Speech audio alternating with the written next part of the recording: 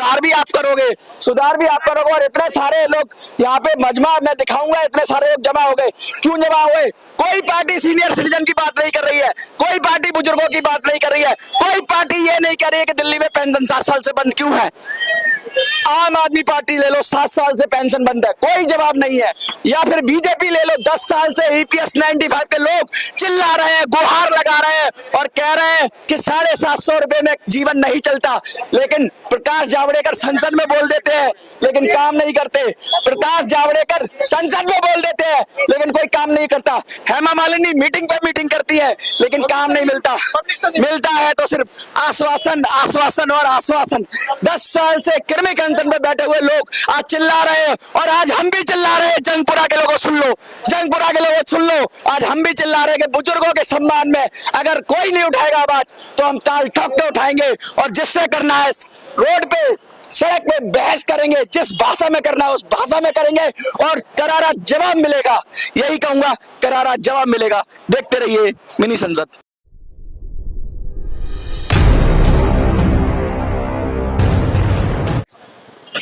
नमस्कार, फिर एक नई जगह खड़े हैं और पूरी टीम के साथ हमारे साथ बबलू जी हैं, उषा जी हैं, सुरेश जी हैं, शर्मा जी हैं, एजाज भाई हैं और भी सारे लोग हैं। और अब हैं हम जंगपुरा।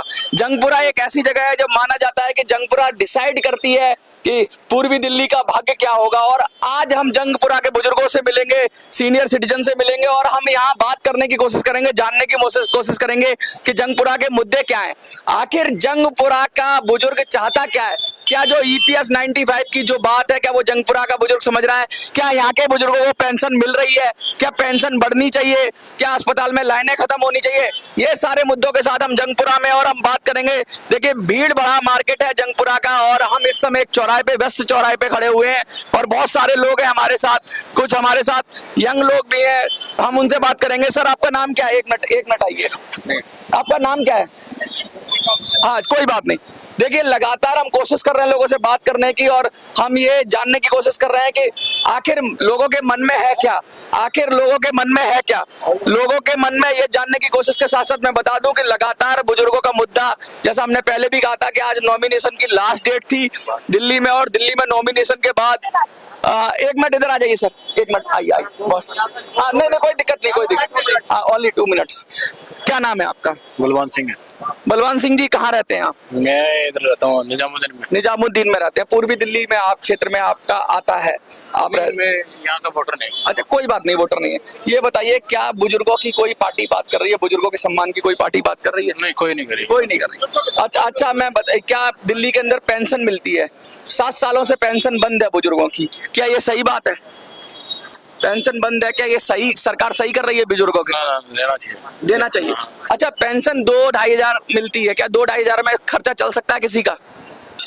नहीं चल, बढ़नी चाहिए पेंशन, बढ़नी चाहिए। अच्छा, एक चीज और मैं पूछूंगा आपसे, पूरे देश में 78 लाख ऐसे बुजुर्ग हैं ईपीएस 95 के जिनकी पेंशन 700, 800, 900 रुपए है और उन्होंने पूरी जिंदगी नौकरी की और अपना पैसा कंट्रीब्यूट किया। क्या उनकी पेंशन बढ़नी चाहिए? बढ़नी चाहिए। क्या कोई पार्टी इसकी बात कर रही है? नहीं कर रही। अच्छा, कोई इंडिपेंडेंट व्यक्ति आता है और इसकी बात करता है और वो कहता है कि बुजुर्गों के सम्मान की हम बात करते हैं, तो आप क्या कहीं के भी वोटर हो, क्या आप वोट करोगे उसको?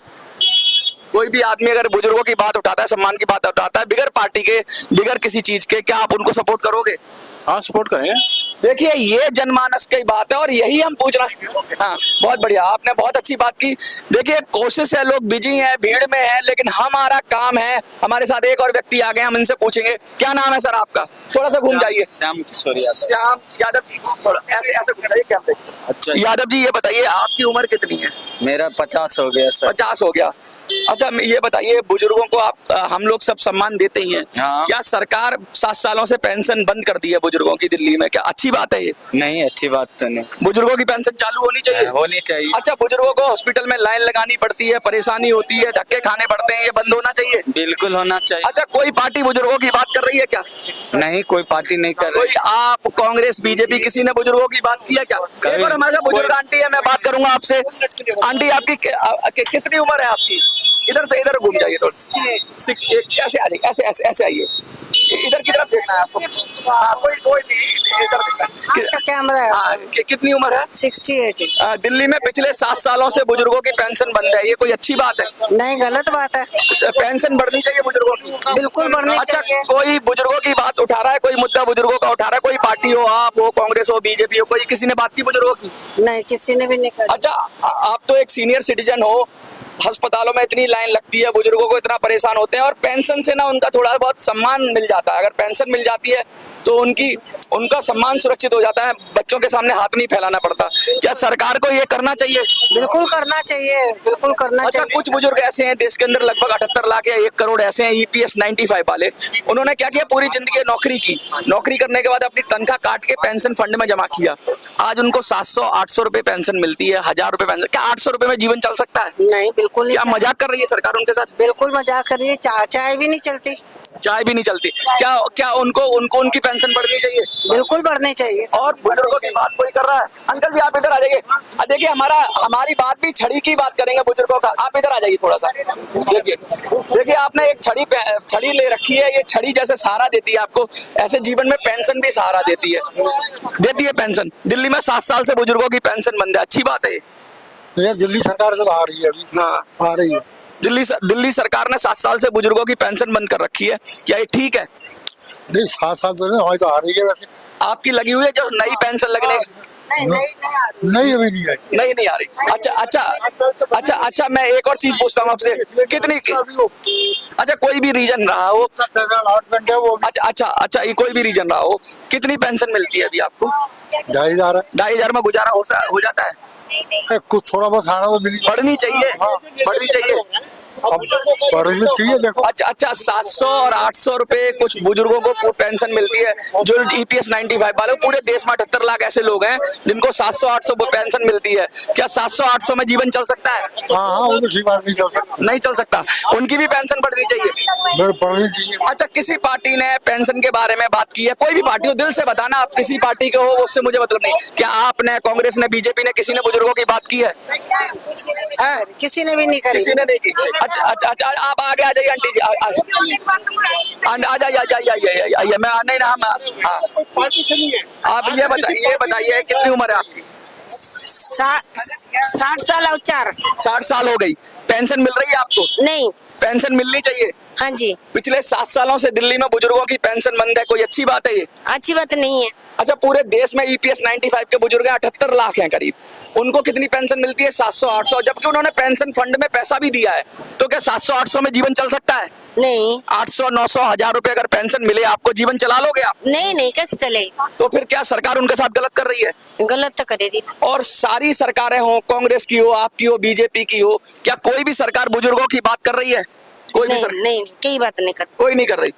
आपको अगर कोई आता है इंडिपेंडेंट जो कहता है कि भाई हम सरकार से, हम किसी पार्टी से नहीं, हम वैसे ही बुजुर्गों की बात कर रहे हैं, बुजुर्गों की बात करेंगे, बुजुर्गों को पेंशन दिलाएंगे, बुजुर्गों की पेंशन बढ़वाएंगे, अस्पताल में लाइन खत्म कराएंगे, आप वोट करेंगी?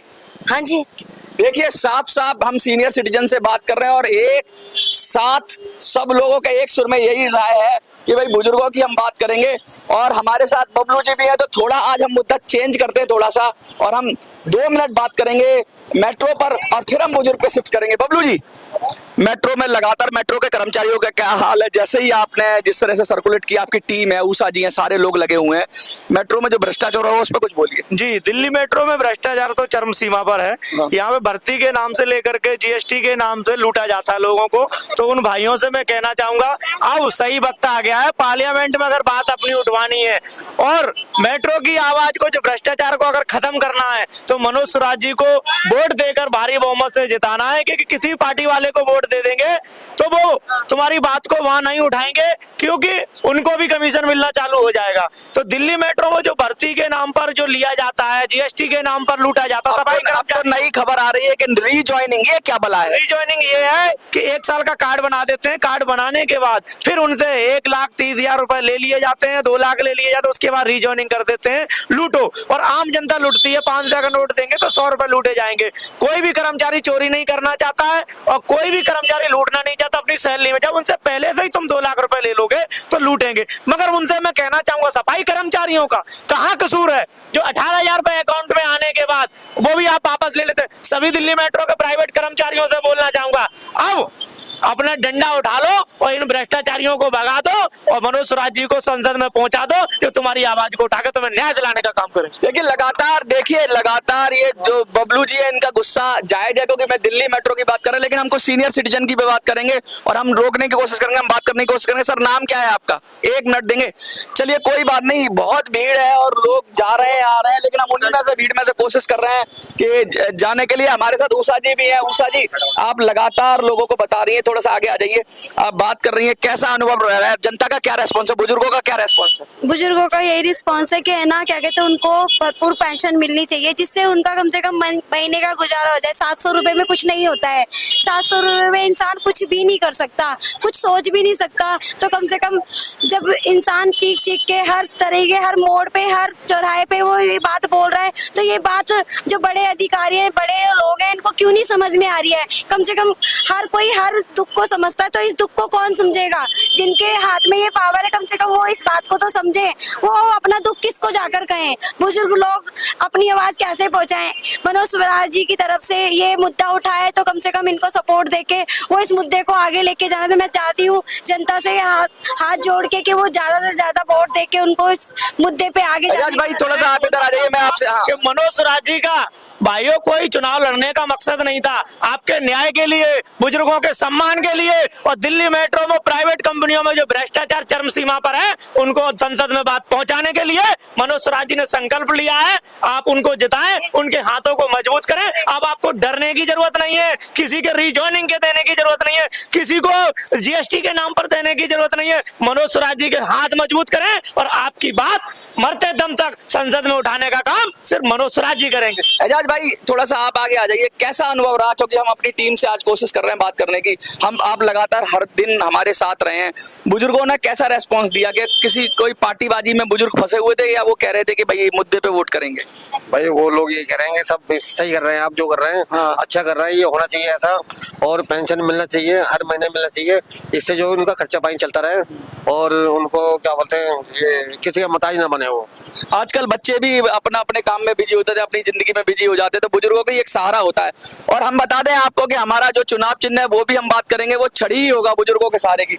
हम थोड़ी देर बात करेंगे सुरेश जी से। हमारे साथ एक और सीनियर सिटीजन है, मैं कहूंगा आ जाएं। और शर्मा जी आप आ जाइए, थोड़ा सा आपसे भी बात कर लें। लगातार आपने बिल्कुल एकदम 74-75 साल की उम्र में भी आपका जो जज्बा है वो कायम है। शर्मा जी क्या लगता है, क्या विजय श्री मिलेगी? देखिए विजय श्री जो है ये एक आपका वोटिंग के बाद 4 तारीख के बाद में डिसीजन आएगा। मगर जो आपकी इस वक्त जिस तरीके की कार्यशैली है इससे बीजेपी घबराई नहीं, मुझे पता नहीं, मगर मोदी व्यक्तिगत घबरा गया है। मोदी जी घबरा गए? मोदी जी घबरा गए। कैसे पता मोदी जी घबरा? मोदी जी इसलिए घबरा गए हैं कि आप वृद्धों के जब कोई बात उठाते हो कि वृद्धों के सम्मान की, तो इस वक्त मोदी जी ये घबरा गए। मोदी जी ने बीजेपी वाले के कार्यालय को सभी को आदेश दे दिया, निर्देश दे दिया है कि नहीं हम तो बहुत छोटे हैं, हमारे साथ तो 4 आदमी है, हमारे साथ मोदी जी कैसे घबरा जाएंगे? घबरा गए इसलिए कि उन्होंने ये आदेश जारी कर दिया है कि 70 साल से देश के जितने भी नागरिक हैं, महिलाएं और बुजुर्ग, महिलाएं और पुरुष, उनको 5 लाख का बीमा करवाएंगे। अच्छा। और फार्म भी आ रहे हैं बीजेपी कार्यालय में। अच्छा हाँ, तो ये तो अलग विषय हो गया, लेकिन मेरे साथ कुछ और सीनियर सिटीजन है, आप आ जाइए। उम्र कितनी है आपकी? 47 है। फिर भी आपके घर में सीनियर सिटीजन होंगे, 60 साल से ऊपर कुछ लोग होंगे, क्या उनको पेंशन मिलती है? नहीं, हमने किसी की पेंशन नहीं चाहिए, नहीं आपको नहीं चाहिए। जो लोग मजबूर हैं या जिनकी पेंशन सच में है, जिनका पैसा कटा पेंशन का, उन्हें पेंशन मिलनी चाहिए। उनको तो मिलनी चाहिए। 700-800 रुपए अगर उनको पेंशन मिले पूरी जिंदगी पैसा कटवाने के बाद, तो कैसा लगेगा उनको? तो सही है, 700 रुपए कम से कम उसको तो अपना खर्चा तो चलेगा। 700 रुपए में जीवन चल सकता है? चल नहीं सकता है, मगर एटलीस्ट नहीं 700 अगर किसी ने पूरी जिंदगी पैसा दिया, अगर बैंक में भी रखता ना पेंशन, इसलिए पैसा कटवाता है आदमी कि मुझे जब सरकार ने वादा किया था। लेट मी कंफर्म, हाँ। अगर कोई पैसा जमा करता है पेंशन, हाँ। तो उसको तो पेंशन एज इट इज मिलेगा जैसा उसकी सैलरी है। नहीं मिल रहा वो तो सुनो, वो क्यों नहीं मिल रहा है? That's a problem of the government. हाँ। That government has to be decided why it doesn't come. क्यों नहीं मिल रहा है? उसका तो कुछ there is reason a there is a formula of EPFO.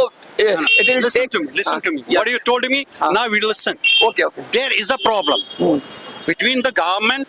Why they stop the pension? Why? No. Give me There is an intention behind the government. There is a wrong intention of the government. They don't want to give. No. For a senior no, citizen. no. It doesn't. You are saying it the wrong. Government doesn't say that things to we don't want to pay. Because the But government. they didn't pay yet. Yes, there will be some reason.